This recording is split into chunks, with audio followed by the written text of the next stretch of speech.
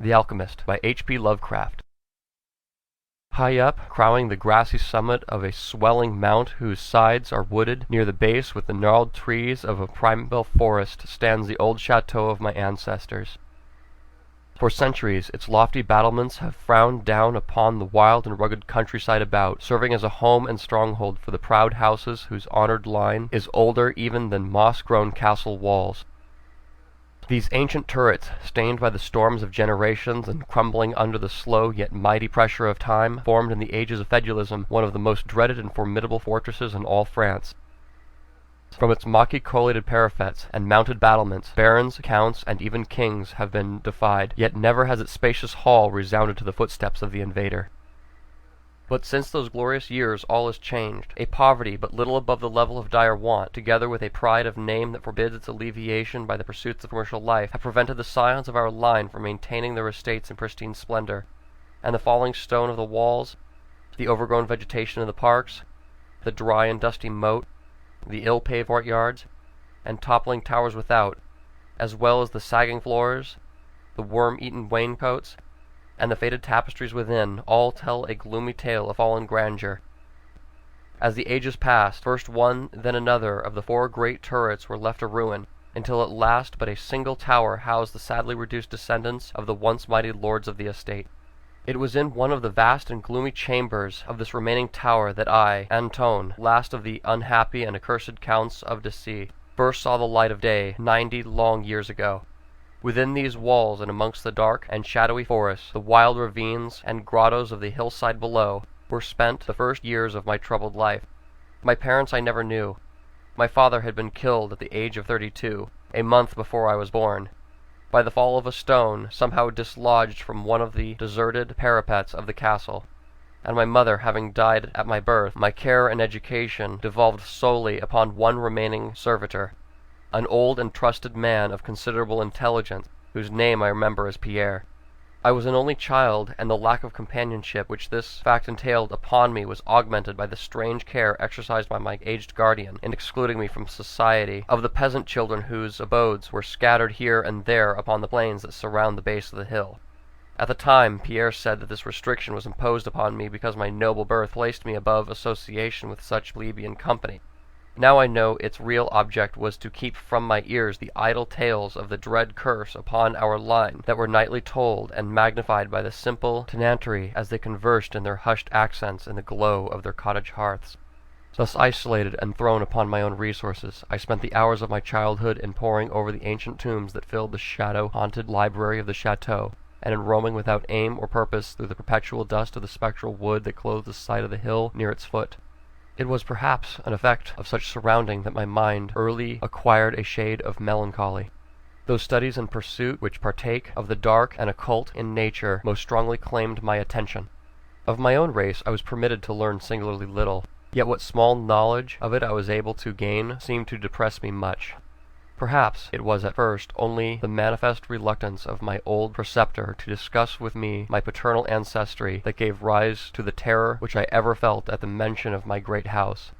Yet as I grew out of childhood I was able to piece together disconnected fragments of discourse, let it slip from the unwilling tongue which had begun to falter in approaching senility, and had a sort of relation to a certain circumstance which I had always deemed strange, but which now became dimly terrible. The circumstances to which I allude is the early age at which all the counts of my line had met their end.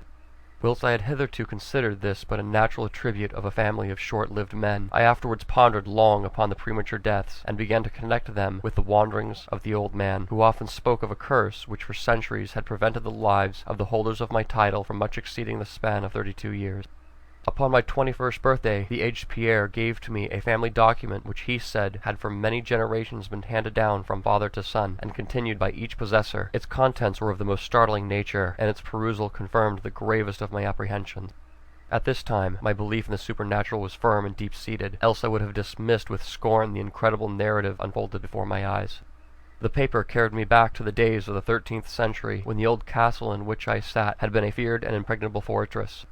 It told of a certain ancient man who had once dwelled on our estates, a person of no small accomplishments, though little above the rank of peasant, by name Michael, usually designated by a surname of Malvaise the Evil, on account of his sinister reputation. He had studied beyond the custom of his kind, seeking such things as a philosopher's stone or the elixir of eternal life, and was reputed wise in the terrible secrets of black magic and alchemy.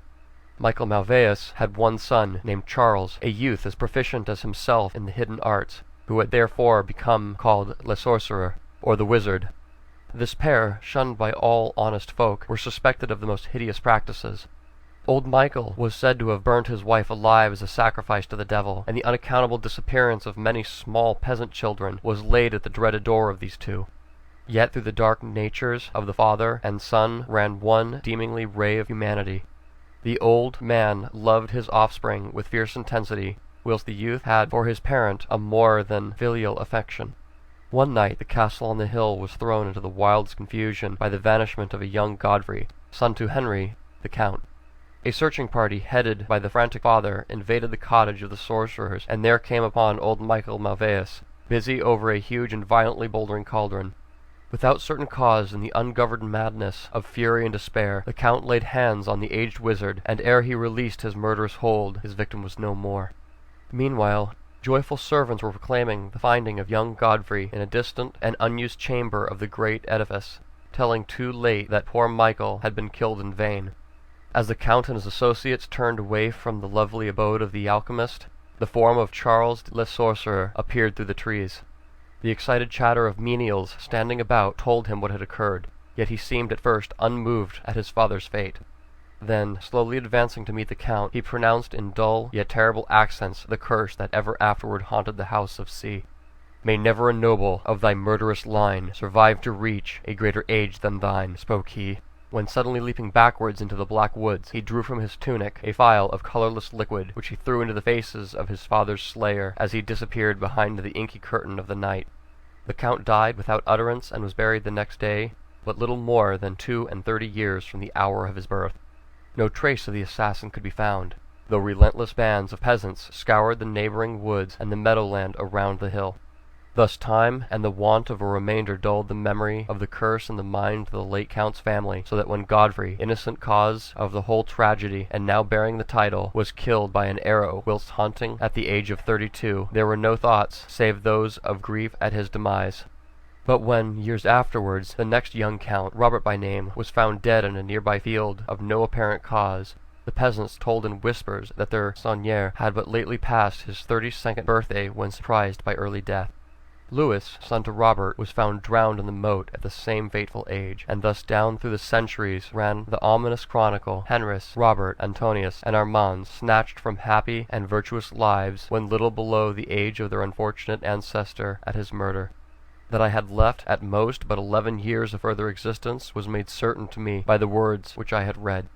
My life previously held at small value now became dearer to me each day, as I delved deeper and deeper into the mysteries of the hidden world of black magic.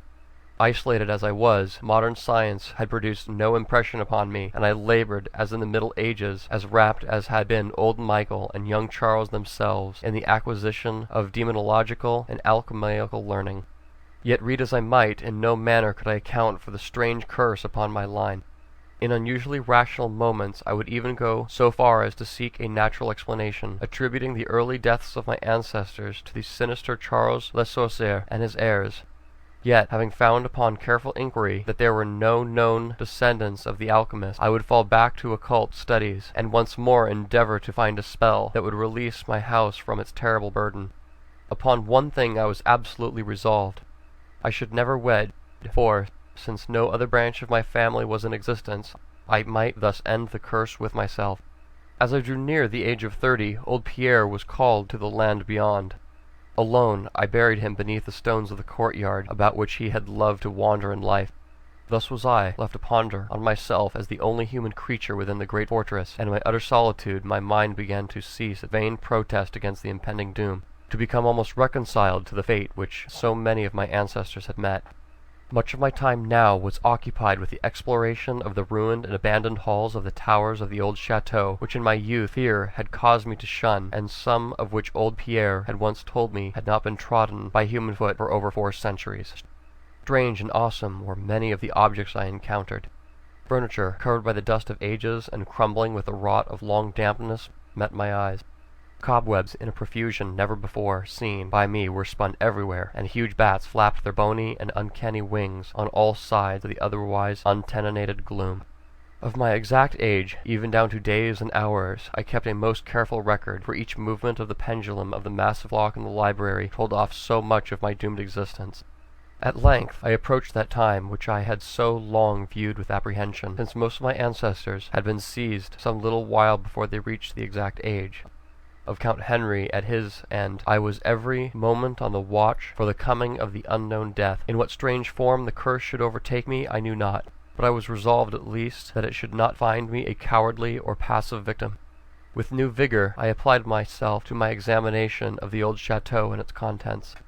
It was upon one of the longest of all my excursions of discovery in the deserted portion of the castle, less than a week before that fatal hour which I felt must mark the utmost limit of my stay on earth, beyond which I could not even the slightest hope of continuing to draw breath, that I came upon the culminating event of my whole life. I had spent the better part of the morning in climbing up and down half-ruined staircases in one of the most dilapidated and ancient turrets. As the afternoon progressed, I sought the lower levels, descending into what appeared to be either a medieval place of confinement or a more recently excavated storehouse for gunpowder. As I slowly traversed the nitre-encrusted passageway at the foot of the last staircase, the paving became very damp, and soon I saw by the light of my flickering torch that a blank, water-stained wall impeded my journey. Turning to retrace my steps, my eye fell upon a small trap-door with a ring, which lay directly beneath my foot. Pausing, I succeeded with difficulty in raising it, whereupon there was revealed a black aperture, exhaling nauseous fumes, which caused my torch to sputter, and disclosing in the unsteady glare the top of a flight of stone steps. As soon as the torch, which I lowered into the repellent depths, burned freely and steadily, I commenced my descent. The steps were many, and led to a narrow, stone-flagged passage, which I knew must be far underground. This passage proved of great length, and terminated in the massive oaken door, dripping with the moisture of the place, and stoutly resisting all my attempts to open it. Ceasing after a time my efforts in this direction, I had proceeded back some distance towards the steps, where there suddenly fell to my experience one of the most profound and maddening shocks capable of reception by the human mind. Without warning, I heard the heavy door behind me creak slowly open upon its rusty hinges. My immediate sensations were incapable of analysis. To be confronted in a place as thoroughly deserted as I had deemed the old castle with evidence of the presence of man or spirit produced in my brain a horror of the most acute description. When at last I turned and faced the seat of the sound, my eyes must have started from their orbits at the sight that they beheld. There, in the ancient Gothic doorway, stood a human figure. It was that of a man, clad in a skull cap and long medieval tunic of a dark color. His long hair and flowing beard were of a terrible and intense black hue and incredible profusion. His forehead, high beyond the usual dimensions, his cheeks, deep sunken and heavily lined with wrinkles, and his hands, long, claw-like, and gnarled, were such a deadly, marble-like whiteness as I had never elsewhere seen in man. His figure, lean to proportions of a skeleton, was strangely bent and almost lost within the volumes of folds of his particular garment. But strangest of all were his eyes, twin caves of abysmal blackness, profound in expression of understanding, yet inhuman in degree of wickedness. These were now fixed upon me, piercing my soul with their hatred, and rooting me to the spot whereon I stood. At last the figure spoke in a rumbling voice that chilled me through with its dull hollowness and latent malevolence. The language in which the discourse was clothed was that debased form of Latin in use amongst the more learned men of the Middle Ages, and made familiar to me by my prolonged researches into the works of the old alchemists and demonologists. The apparition spoke of the curse which had hovered over my house, told me of the coming end, dwelt on the wrong perpetuated by my ancestor against old Michael Malveus, and gloated over the revenge of Charles Le Saucier. He told me how young Charles had escaped into the night, returning in after years to kill Godfrey, the heir, with an arrow just as he approached the age which had been his father's at his assassination. How he had secretly returned to the estate and established himself unknown in the even then deserted subterranean chamber whose doorway now framed the hideous narrator. How he had seized Robert, son of Godfrey, in a field, forced poison down his throat, and then left him to die at the age of 32, thus maintaining the foul provisions of his vengeful curse. At this point I was left to imagine the solution of the greatest mystery of all. how the curse had been fulfilled since that time when Charles Le Sorcier must in the course of nature have died, for the man digressed into an account of the deep alchemical studies of two wizards, father and son, speaking most particularly of the researches of Charles Le Sorcier concerning the elixir which should grant him who partook of it in eternal life and youth. His enthusiasm had seemed for the moment to remove from his terrible eyes the black malevolence that had first so haunted me. But suddenly the fiendish glare returned, and with a shocking sound like the hissing of a serpent, the stranger raised a glass vial with the evident intent of ending my life as had Charles de Sorcier 600 years before ended that of my ancestor. Prompted by some preserving instinct of self-defense, I broke through the spell that had hitherto held me immovable, and flung my now dying torch at the creature who menaced my existence. I heard the phial break harmlessly against the stones of the passage as the tunic of the strange man caught fire and lit the horrid scene with a ghastly radiance. The shriek of fright and impotent malice emanated by the would-be assassin proved too much for my already shaken nerves, and I fell prone upon the slimy floor in a total faint. When at last my senses returned, all was frightfully dark, and my mind, remembering what had occurred, shrank from the idea of beholding any more. Yet curiosity overmastered all. Who, I asked myself, was the man of evil, and how come he within the castle walls? Why should he seek to avenge the death of Michael Malveus, and how had the curse been carried on through all these long centuries since the time of Charles Le Sorcier? The dread of years was lifted from my shoulders, for I knew that he whom I had felled was the source of all my danger from the curse, and now I was free. I burned with desire to learn more of the sinister thing which had haunted my line for centuries, and made of my own youth one long continued nightmare. Determined upon further exploration, I felt my pockets for lint and steel, and lit the unused torch which I had with me. First of all, new light revealed the distorted and blackened form of the mysterious stranger. The hideous eyes were now closed. Disliking the sight, I turned away and entered the chamber beyond the Gothic door. Here I found what seemed much like an alchemist's laboratory. In one corner was an immense pile of shining yellow metal that sparkled gorgeously in the light of the torch. It may have been gold, but I did not pause to examine it, for I was strangely affected by that which I had undergone. At the farthest end of the apartment was an opening leading out into one of the many wild ravines of the dark hillside forest. Filled with wonder, yet now realizing how the man had obtained access to the chateau, I proceeded to return. I had intended to pass by the remains of the stranger with averted face, but as I approached the body, I seemed to hear emanating from it a faint sound, as though life were not yet wholly extinct. Aghast, I turned to examine the charred and shriveled figure on the floor. Then, all at once, the horrible eyes, blacker even than the seared face in which they were set, opened wide with an expression which I was unable to interpret. The cracked lips tried to frame words which I could not well understand. Once I caught the name of Charles Le Sorcier, and again I fancied the words years and curse issued from the twisted mouth. Still I was at a loss to gather the purport of his disconnected speech. At my evident ignorance of his meaning, the pitchy eyes once more flashed malevolently at me, until, helpless as I saw my opponent to be, I trembled as I watched him. Suddenly the wretch, animated with his last burst of strength, raised his piteous head from the damp and sunken pavement. Then, as I remained paralyzed with fear, he found his voice, and his dying breath screamed forth those words which have ever afterwards haunted my days and nights. "Fool!" he shrieked, "can you not guess my secret? Have you no brain whereby you may recognize the will which has through 6 long centuries fulfilled the dreadful curse upon the house? Have I not told you the great elixir of eternal life? Know you not how the secret of alchemy was solved? I tell you, it is I have lived for 600 years to maintain my revenge, for I am Charles Le Sorcier." End of The Alchemist. Recording by Keith Worrell. Please visit my webpage at www.nakedpenguins.org.